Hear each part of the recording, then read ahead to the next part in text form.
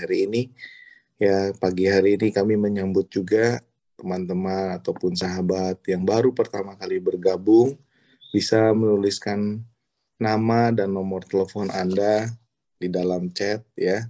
Nanti kalau ada yang mau didoakan atau mau dikonseling, tim co-host akan membantu Anda untuk mengalami terobosan di dalam kerohanian, juga di dalam iman.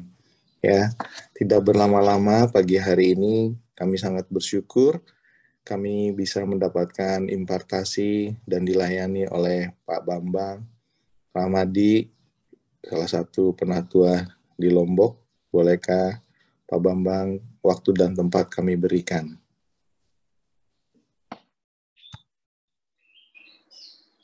Oke, selamat pagi semua Bapak Ibu Saudaraku. Bersyukur pagi hari ini saya bisa ada di tengah-tengah Bapak Ibu Saudaraku meskipun tidak bertemu langsung lewat Koramdio pagi hari ini. Puji Tuhan, Bapak Ibu, saya merepetisi apa yang pernah saya bagikan minggu yang lalu tentang be clean and clear. Ya, jadi kebenaran yang saya peroleh ini memang sangat mendasar sekali di dalam pemahaman saya tentang yang disebut dengan gereja. Kita sepakat bahwa yang disebut dengan bait Allah, tubuh Kristus, keluarga Allah itu adalah kita. Ya, dengan firman Tuhan, dengan kebenaran-kebenaran yang jelas, kita harus mempercayai bahwa apa yang disebut dengan bait Allah, tubuh Kristus, dan keluarga Allah itu adalah setiap kita. Ya, bukan bangunan. Itulah sebabnya yang harus diperbaiki setiap hari, yang harus di-upgrade setiap hari, dibersihkan setiap hari itu bukan bangunan gedung, tetapi hidup kita. Nah, itulah sebabnya mengapa kita perlu ada tindakan bersih-bersih setiap hari melalui kita mempersembahkan tubuh kita dalam ibadah sejati dan ada kehidupan yang terus-menerus diperbarui dalam pengenalan kita akan Allah yang benar. Baik, sebelum kita lanjut Bapak Ibu, saya mengajak Bapak Ibu berdoa untuk dengar firman Tuhan. Terima kasih Tuhan, waktu yang singkat yang Tuhan berikan, kami mau belajar untuk menekuni bahkan melakukan kebenaran demi kebenaran yang Tuhan ajarkan. Berkati kami semua yang ada di dalam Koramdio ini, supaya kami memperoleh pengertian yang sama dan pencerahan yang sama. Dalam nama Tuhan Yesus kami berdoa. Amin. Saya lanjutkan kembali Bapak Ibu Saudaraku. Jadi penting sekali kita menghidupi kebenaran bahwa yang disebut dengan tubuh Kristus, bait Allah dan keluarga Allah itu adalah diri kita. Sama seperti ketika Tuhan Yesus mengkritik ataupun menegur orang-orang Farisi dan ahli-ahli Taurat, Yesus mengatakan di dalam Matius 23 ayat 25 sampai dengan 27, dia berkata, cawan dan pinggan kamu bersihkan luarnya tetapi dalamnya tidak. Demikian juga kamu seperti kuburan yang dilabur putih. Kamu bersihkan yang di luar tetapi yang di dalam tidak. Nah, inilah dasar mengapa kita harus ada tindakan dalam kehidupan kita setiap hari sebagai tubuh Kristus, sebagai bait Allah, sebagai keluarga Allah, bersih-bersih yang ada di dalam, bukan yang di luar. Bukan aksesoris yang kita gunakan secara fisik, tetapi yang di dalam. Karena Tuhan Yesus juga mengingatkan kepada kita dan kepada murid-muridnya bahwa yang menajiskan itu bukan yang masuk, tetapi yang keluar. Jadi yang keluar dari dalam hati kita, pikiran kita, inilah yang harus dibersihkan setiap hari. Bukan seminggu sekali, tapi setiap hari. Dibersihkan dari apa Bapak Ibu Saudaraku? Dari dosa-dosa yang mengikat, dari kebiasaan-kebiasaan yang membelenggu hidup kita. Sehingga hidup kita tidak mengekspresikan kebenaran-kebenaran yang bisa mendatangkan berkat dan membangun orang lain. Firman Tuhan di dalam Amsal, kita tahu bahwa kita harus menjagai hati lebih daripada segala sesuatu yang patut kita waspadai atau patut kita jagai. Tapi jangan lupa, selain kita menjaga hati kita untuk tidak dimasuki oleh perkara-perkara najis dan jahat, kita juga harus belajar menjaga hati orang lain. Pasangan kita, keluarga kita, dari tindakan-tindakan kita yang bisa membuat mereka terluka, yang bisa membuat mereka juga menerima sesuatu yang tidak baik. Itulah sebabnya kalau kita baca di dalam Yeremia pasal yang ke-7 ayat 3 sampai ke-11 menjelaskan, perbaikilah tingkah lakumu dan perbuatanmu, maka aku mau diam bersama-sama kamu di tempat ini. Berarti yang menjadikan Allah diam di dalam baitnya, tubuhnya, keluarga ilahi adalah kelakuan. Nah, kelakuan inilah yang kita bangun setiap hari. Itulah sebabnya kita harus be clean and clear setiap hari. Jangan sampai menyimpan segala sesuatu yang tidak mendatangkan berkat bagi keluarga kita, anggota keluarga kita. Termasuk suami istri, orang tua dengan anak, orang tua dengan menantu, dan dengan mertua, dan dengan saudara satu dengan yang lain di dalam komunitas sel. Setiap kita harus benar-benar menyatakan keberadaan Allah di dalam hidup kita itu melalui kita bersihkan tingkah laku yang tidak mendatangkan berkat. Tingkah laku apa saja? Kalau kita baca di dalam ayat yang ke-11 dari Yeremia pasal yang ke-3 itu adalah tingkah laku penyamun. Nah, ini dijelaskan juga di dalam Perjanjian Baru di dalam Matius pasal ke-21 ayat 12 sampai dengan 13. Ketika Yesus masuk ke dalam bait Allah dan Yesus melihat ada orang berjual beli. Ada orang yang melakukan tukar menukar uang di halaman bait Allah. Dan ketika Yesus melihat apa yang dilakukan oleh banyak orang tersebut di dalam bait Allah ataupun di halaman bait Allah, maka Yesus mengambil cambuk dan mengusir mereka, menjungkir balikan meja-meja penukar uang dan meminta supaya mereka keluar dari halaman bait Allah. Apa maksudnya hal ini, Bapak Ibu Saudaraku? Yesus juga menegaskan apa yang dinyatakan di dalam Yeremia pasal yang ke-7 ayat 3 sampai 11. Yesus mengatakan, janganlah kamu jadikan bait Allah sebagai sarang penyamun. Penyamun itu adalah perampok. Perampok itu tugasnya, kerjaannya adalah mengambil, melukai, merugikan.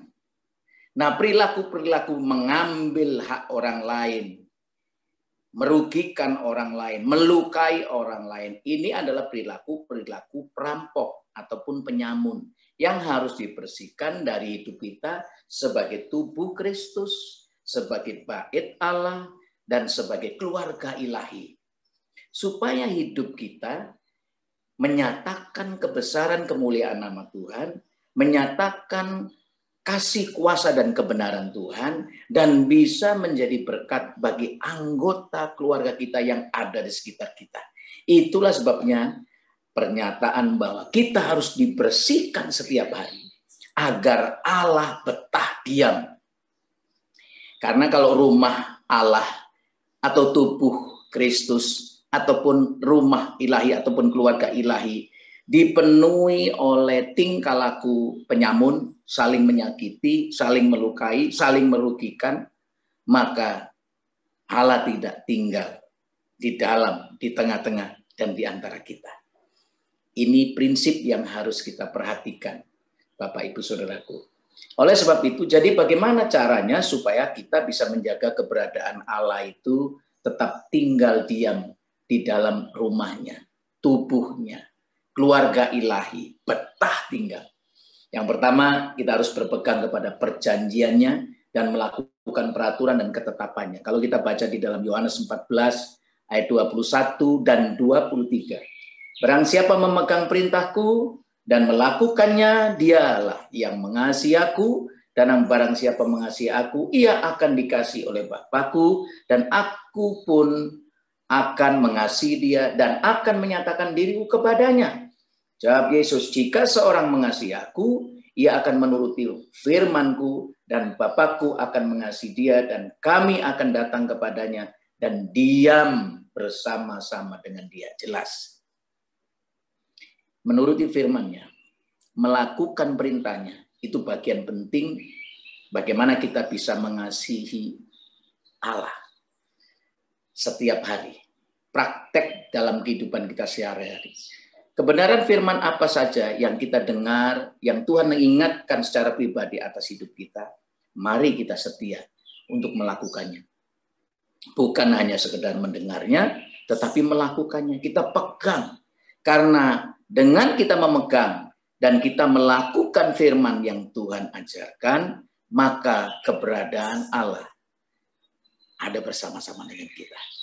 Dia akan melakukan yang terbaik dalam kehidupan kita.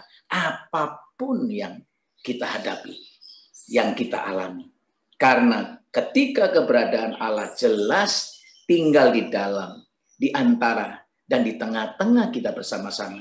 Sebagai tubuh Kristus, sebagai bait Allah, sebagai keluarga ilahi, maka akan terjadi mujizat, akan terjadi kesembuhan, akan terjadi pemulihan, akan terjadi terobosan rohani. Dan kebangunan rohani dimulai dari rumah. Tempat kediaman Allah yang dinyatakan di muka bumi ini. Yang kedua, kita harus bersedia setiap hari. Harus bersedia dibersihkan setiap hari untuk menjadi manusia yang baru. Efesus 4 ayat 17 sampai 32. Saya penggal ayat ini. Karena itu buanglah dusta dan berkatalah benar. Berarti setiap hari kita harus perhatikan dari mulai hati dan pikiran kita. Semua yang keluar harus menjadi berkat. Tidak boleh ada dusta. Ketika firman Tuhan mengajarkan kita mengampuni, kita harus melakukan juga hal yang sama, yaitu mengampuni. Jangan sampai firman Tuhan mengajarkan kita mengampuni, tetapi kita tidak melakukan seperti yang firman Tuhan katakan untuk mengampuni. Itu namanya kita sedang berdusta. Kita tidak berkata yang benar. Kalau firman Tuhan berkata A, kita juga harus katakan A. Inilah yang harus kita perbarui. Setiap hari bersedia dibersihkan.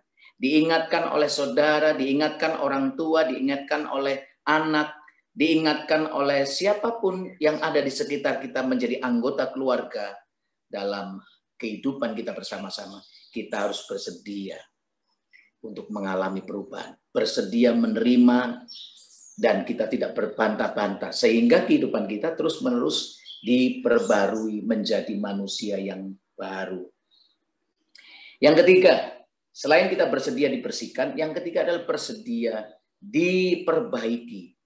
Kalau ada yang salah dengan prinsip kita, kalau ada yang keliru dengan pemahaman kita, kita harus bersedia diperbaiki, di-upgrade sesuai dengan proses hidup kita. Terus-menerus, setiap hari. Karena tanpa kita diperbaiki, di-upgrade setiap hari, maka kita tidak akan pernah bisa maksimal di dalam kehidupan kita melayani, mengasihi, memberi, dan melakukan kebenaran demi kebenaran yang kita terima dari Tuhan. Inilah prinsip yang harus kita lakukan, bagaimana caranya supaya Allah tinggal tetap, keberadaannya betah di dalam hidup kita. Keberadaannya kita rasakan di dalam hidup kita. Dibersihkan dari dosa apa saja? Dibersihkan dari dosa menginginkan hal-hal yang jahat, menjadi penyembah berhala, melakukan pencabulan, jangan mencobai Tuhan, dan yang terakhir adalah bersungut-sungut. 5 dosa yang pernah dilakukan oleh bangsa Israel ini menjadi contoh supaya kita tidak melakukannya. Di dalam 1 Korintus pasal yang ke-10 ayat 6 sampai dengan 11 menjelaskan seperti yang tadi saya katakan. Janganlah kita menginginkan hal-hal yang jahat, mencari kesenangan ataupun keuntungan sendiri, itu namanya menginginkan hal-hal yang jahat. Terserah yang lain susah, rugi, yang penting pokoknya aku seneng. Nah, itu nggak boleh. Nggak sepakat dengan anggota keluarga yang lain karena hanya kepingin mementingkan kesenangannya sendiri. Nah, itu menginginkan hal-hal yang jahat. Yang kedua, menjadi penyembah berhala. Apakah yang menjadi berhala dalam kehidupan kita? Yang pasti untuk zaman sekarang, saat ini bukan patung, bukan benda yang kita sembah langsung, tapi hal-hal yang mengikat hidup kita. Contoh tentang hobi, contoh juga tentang barang yang kita sayangi karena mahal harganya. Contoh kebiasaan kita menggunakan gadget ataupun HP, ini yang paling sering. Kita terikat, kita lebih banyak waktu kita menggunakan barang tersebut daripada kita punya waktu untuk dekat dengan Tuhan, untuk melayani Tuhan. Nah, ini yang harus kita waspadai supaya kita tidak melakukannya. Yang ketiga, melakukan percabulan, kenajisan, perzinahan. Ini bicara tentang perilaku kita yang terikat dengan percabulan dan kenajisan. Ini harus dilepaskan.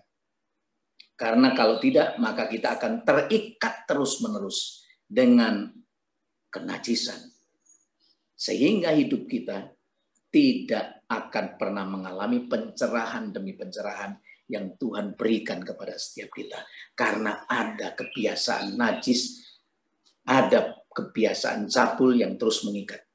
Hobi nonton film porno, hobi untuk melihat situs porno, dan sebagainya.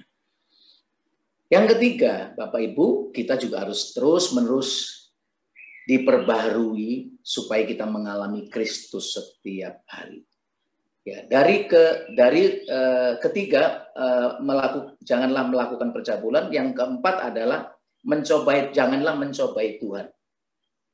Tidak memaksakan kehendak, tidak kompromi untuk melakukan dosa, sehingga kita benar-benar memiliki hati yang bersih, tidak ada rasa tertuduh.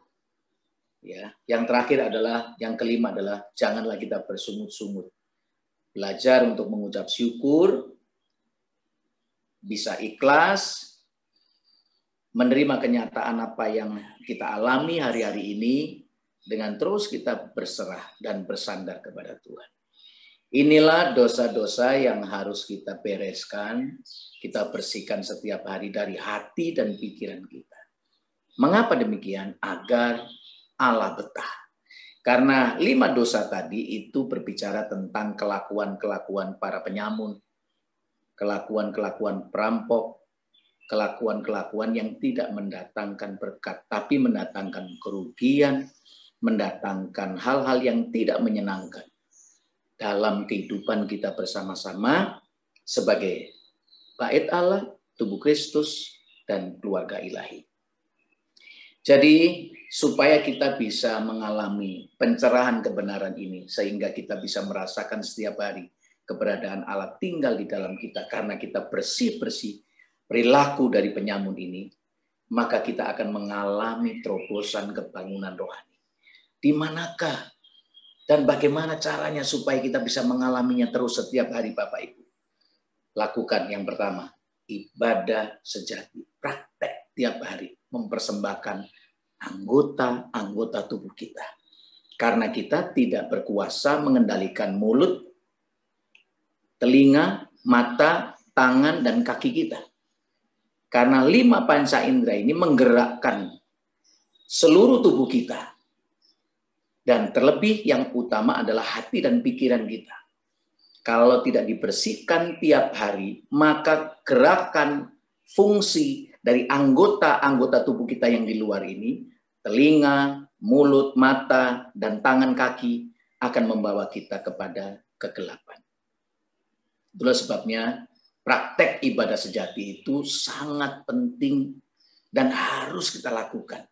Karena dengan cara itu kita mengizinkan Tuhan yang memperbaiki, memperbarui, membersihkan, mengingatkan, mencabut semua hal-hal yang tidak benar. Menjadi clean and clear. Yang kedua, kita harus hidup dalam komunitas, baik di dalam komsel maupun di dalam pemuritan ataupun kompak. Karena di sana kita bisa saling mengaku dosa dan saling mendoakan satu dengan yang lain. Tujuannya supaya kita sembuh bersama-sama. Yang terakhir, kita harus hidup di dalam terang, terbuka di antara anggota keluarga kita. Jadi inilah kehidupan yang Tuhan inginkan, supaya keberadaan Dia di dalam kita menjadi nyata di muka bumi ini.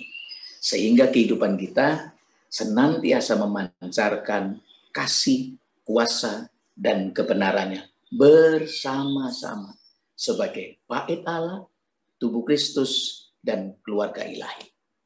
Tuhan memberkati. Mari kita berdoa. Terima kasih Tuhan, pagi hari ini Tuhan meneguhkan kembali. Pagi hari ini Tuhan mengingatkan kami kembali. Pagi hari ini Tuhan menegur kami kembali bahwa kami harus memperhatikan semua yang keluar dari dalam hidup kami. Itulah sebabnya kami perlu dibersihkan, diperbaiki setiap hari Tuhan. Dari perilaku-perilaku perampok, penyamun yang merugikan, menyakitkan banyak orang. Kami mau dibangun menjadi bait Allah, tubuh Kristus dan keluarga ilahi yang memancarkan kasih, kuasa, dan kebenaran Tuhan. Mendatangkan berkat, menjadi cerita kesaksian dimanapun kami berada. Kami siap untuk ditegur, kami siap untuk diperbaiki, kami siap Tuhan untuk diperbarui bersama-sama. Bersama anggota keluarga kami, bersama anggota komunitas kami, bersama seluruh jemaat yang Tuhan bangun di dalam hidup kami bersama-sama. Terima kasih Tuhan yang memberkati dari awal pagi hari ini ketika kami mendengar firman Tuhan. Tuhan menyertai sepanjang hari ini dan semua yang kami lakukan Tuhan berkati dan hidup kami menjadi berkat. Di dalam nama Tuhan Yesus kami berdoa dan kami mengucap syukur. Haleluya. Amin. Amin. Ya teman-teman, kalau yang menerima berkat dari firman ini boleh kasih multikon tepuk tangan, bisa kasih jempol, bisa kasih hati ya. Yang pastinya juga ya kita percaya apa yang kita terima hari ini ya, walaupun ada pengulangan buat teman-teman yang sudah dengar, kami tahu bahwa apa yang kami lakukan ini semua untuk memuliakan Tuhan ya. Teman-teman kalau mau bertanya ya, mau meneguhkan ya, silakan ya dibuka mic-nya ya, dibuka juga videonya. Saya percaya hari Sabtu ini semua makin semangat ya untuk melakukan pekerjaan-pekerjaan yang Tuhan percayakan pada kita. Tapi kalau teman-teman juga tubuh Kristus ada yang bekerja di kantor, masih ada aktivitas ya, kalau mau meninggalkan boleh ya. Tapi jangan meninggalkan Tuhan ya, meninggalkan mesbah Koramdio boleh. Ya, jangan sampai meninggalkan Tuhan. Ya, saya mau bertanya ya sebelum teman-teman bertanya ya. Saya kan mau bertanya nih Pak Bambang, kan dikatakan bersedia dibersihkan setiap hari, bersedia diperbaiki, bersedia diperbarui. Ya, masalahnya nih banyak anak-anak Tuhan kurang bersedia. Nah, bagaimana nih untuk menyadarkan pribadi-pribadi yang kurang bersedia ya? Contoh ya, saya mendidik anak saya ya, yaitu nggak tahu ya, pergumulan nggak, dulu saya punya pengalaman untuk ngajarin anak saya sikat gigi itu, waduh, itu saya perjuangan gitu, gosok gigi gitu loh, ya, benar-benar ya, nggak mudah buat saya gitu loh. Apalagi hari-hari ini kita diajarin yang tadi ya, setiap hari. Nah, kata setiap hari ini buat yang anak-anak Tuhan ya, saya tidak menghakimi, bukan yang di sini ya, pasti yang di luar lah ya. Setiap hari harus ibadah sejati. Setiap hari harus hidup di dalam komunitas, setiap hari hidup di dalam terang. Aduh, kayaknya nggak mungkin deh Pak Bambang. Itu Pak Bambang aja kali, pendeta. Kalau kita makan bukan pendeta, kita kan cuman orang awam. Jadi ya kita nggak usah terlalu ngeroh, terlalu kudus lah gitu loh. Gimana nih Pak Bambang? Mohon arahannya, bimbingannya. Ya, jadi dari awal saya sebutkan tadi, kalau kita ngerti konsep tentang tubuh, tentang bait Allah, dan tentang keluarga, berarti kita juga harus konsekuen dengan kebenaran ini untuk mempraktekkan benar-benar, bukan hanya sebagai pengetahuan. Artinya begini, kita diperbaiki, kita diperbarui harusnya setiap hari. Makanya kenapa saya katakan melalui ibadah sejati ini, kita harus benar-benar bersedia untuk diperbarui, diperbaiki melalui ibadah sejati dengan mulai mempersembahkan anggota-anggota tubuh kita setiap hari. Kenapa demikian? Yang bisa mengubah kita Tuhan. Karena nggak ada kekuatan dan kemampuan kita untuk mengendalikan setiap pergerakan ataupun fungsi dari anggota-anggota yang di luar ini. Apalagi kalau hati dan pikiran kita nggak dibersihkan setiap hari dari perilaku-perilaku yang seperti yang tadi saya katakan. Banyak perilaku-perilaku yang menghambat pertumbuhan rohani kita. Kalau kita baca di 1 Timotius pasal 3 ayat 1 sampai dengan 5 kan menjelaskan. Ya kan? Di situ akan terjadi masa sukar, orang akan mengasihi dirinya sendiri, bla bla bla dan sebagainya.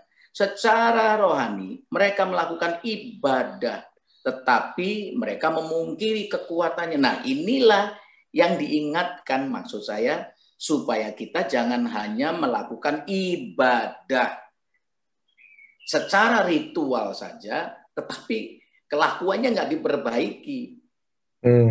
Itu sebabnya makanya kita nggak punya kekuatan ibadah. Di dalam ibadah itu ada keuntungan, kata Paulus. Kalau kita melakukannya dengan sungguh-sungguh, ada keuntungan di dalam ibadah. Ya, keuntungannya bukan untuk hari ini saja, tapi keuntungannya untuk hidup yang akan datang. Nah, pengertian ini yang harus tertanam dalam diri kita. Itulah sebabnya ketika kita bersedia diperbaiki, ya kita sediakan hati kita. Karena yang bisa melihat perilaku kita bukan hanya diri kita. Menurut kita baik, belum tentu orang lain melihat baik. Kan begitu. Contoh begini, saya menasehati, saya mau menegur anak saya saja, itu juga harus hati-hati. Hati-hatinya gini, teguran saya baik maksudnya, nasihat saya baik maksudnya, tapi kalau nggak tepat waktunya, itu bisa jadi masalah, bisa berantem dan sebagainya. Itulah makanya di dalam Ulangan pasal yang ke-6 ayat 1 sampai seterusnya, ketika firman Tuhan mengingatkan kepada Musa untuk mengajarkan kepada mereka, anak-anak mereka setiap hari berulang-ulang. Nanti kan berulang-ulang. Nah, ada 3 poin di situ yang saya perhatikan. Itu berulang-ulangnya di dalam waktu yang rileks. Mau tidur, terus bangun, terus waktu jalan. Itu kan waktu rileks, waktu santai. Nah, saya belajar ini ya memang harus terus dipraktekkan. Contoh yang seperti tadi, menasehati, mengingatkan anak dalam hal sepele saja. Meskipun itu sepele, meskipun itu sederhana yang dilakukan dan kita mengingatkan, menasehati, belum tentu anak kita bisa menerima langsung.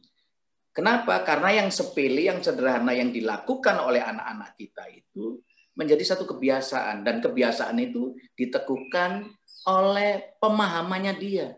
Menurut saya ini saja sudah benar kok. Kenapa sih kok Papa mau ngingetin lagi yang lain? Menurut saya ini sudah cukup. Nah, kembali lagi, ini kan juga terjadi dalam kehidupan kita berjemaat. Cukuplah, ngapain kita ibadah sejati tiap hari lagi? Disuruh ini, suruh itu, cukup lah hari Minggu datang aja cukup lah. Kasih persembahan beres.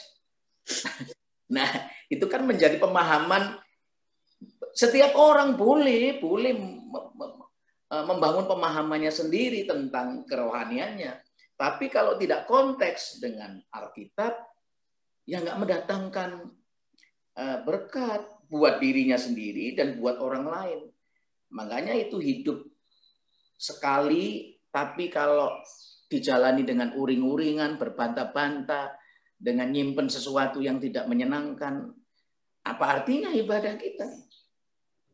Buat saya begitu. Nah, ketika kita mengingatkan, ketika kita menasihati, kalau yang kita nasihati, kita ingatkan, kita tegur belum berubah, ya jangan berhenti. Sampai kapan? Sampai Tuhan Yesus datang. Ya kan harus sabar. Nah, kita mengingatkan orang lain, tapi di sisi yang lain kita juga harus belajar. Harus belajar hal yang sama. Kalau orang belum berubah, ya tunggu, sabar.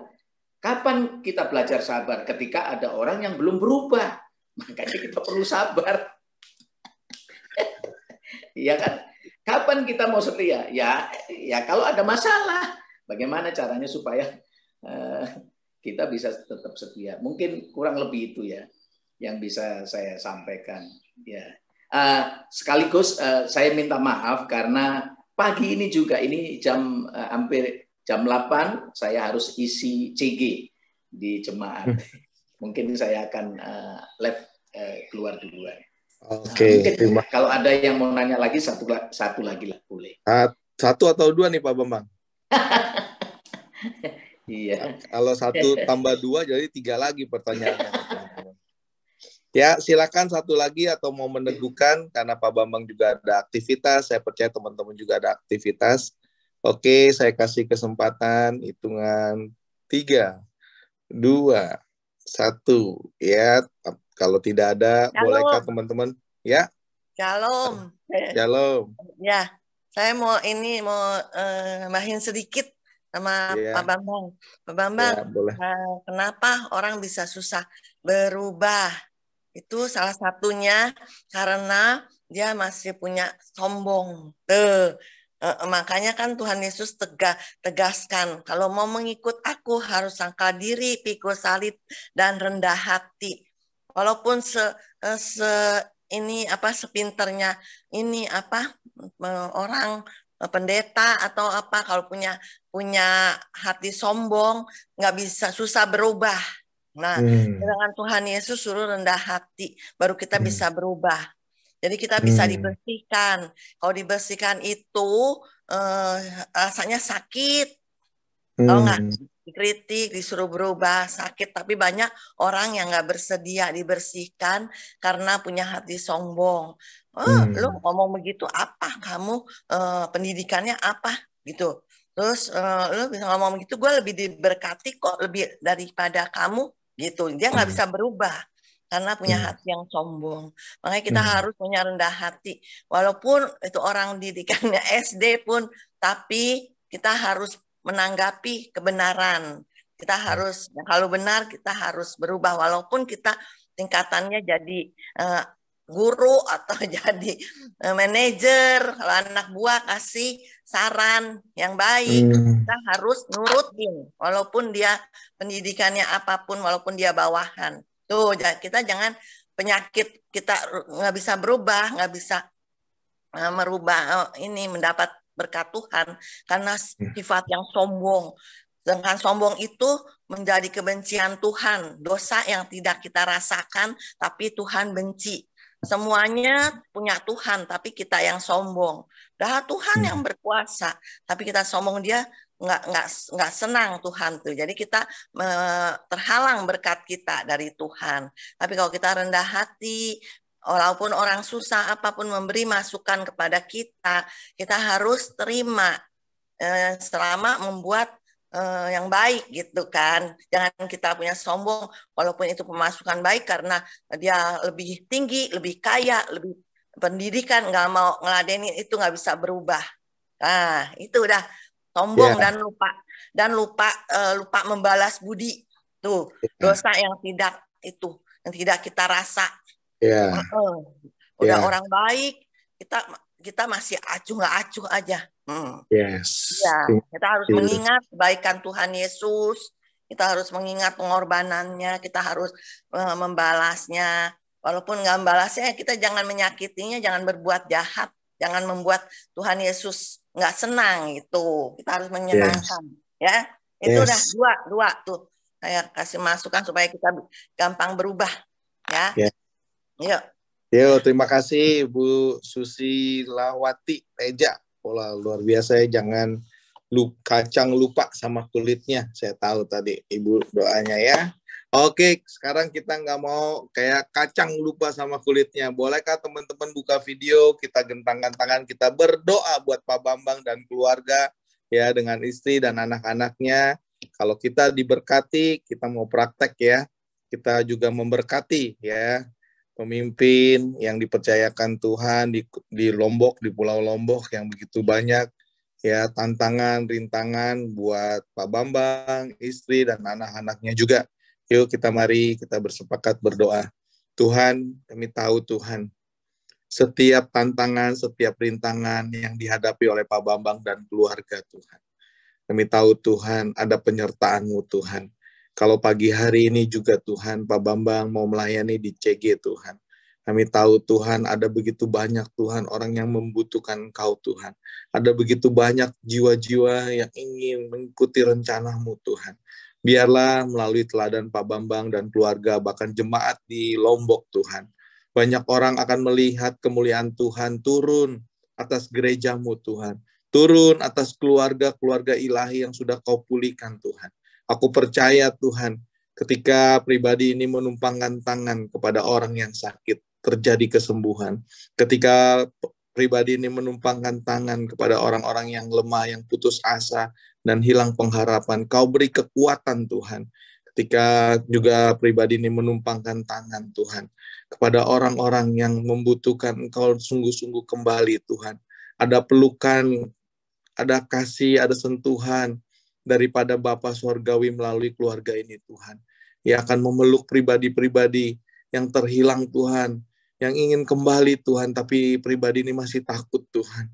Karena takut dihakimi, takut diintimidasi segala sesuatu yang datangnya dari pikiran mereka. Kami mau tolak, kami mau patahkan, kami mau hancurkan di dalam nama Tuhan Yesus. Biarlah melalui keluarga ini Tuhan, banyak orang menerima kasih, kuasa, dan kebenaran, sehingga nama-Mu senantiasa dimuliakan. Dari sekarang sampai selama-lamanya. Kami memberkati Pak Bambang dengan keluarga, dengan berkat daripada Allah Bapa, Allah Putra, dan Allah Roh Kudus. Semua yang percaya katakan amin. Amin. Terima kasih ya Pak Bambang. Terima kasih Pak Bambang, Pak Yongki. Semua teman-teman. Pak Bambang. Yuk, Tuhan berkati. God bless you. Selamat melayani Pak Bambang. Sampai jumpa. Bye. God bless you. Terima kasih Pak Bambang.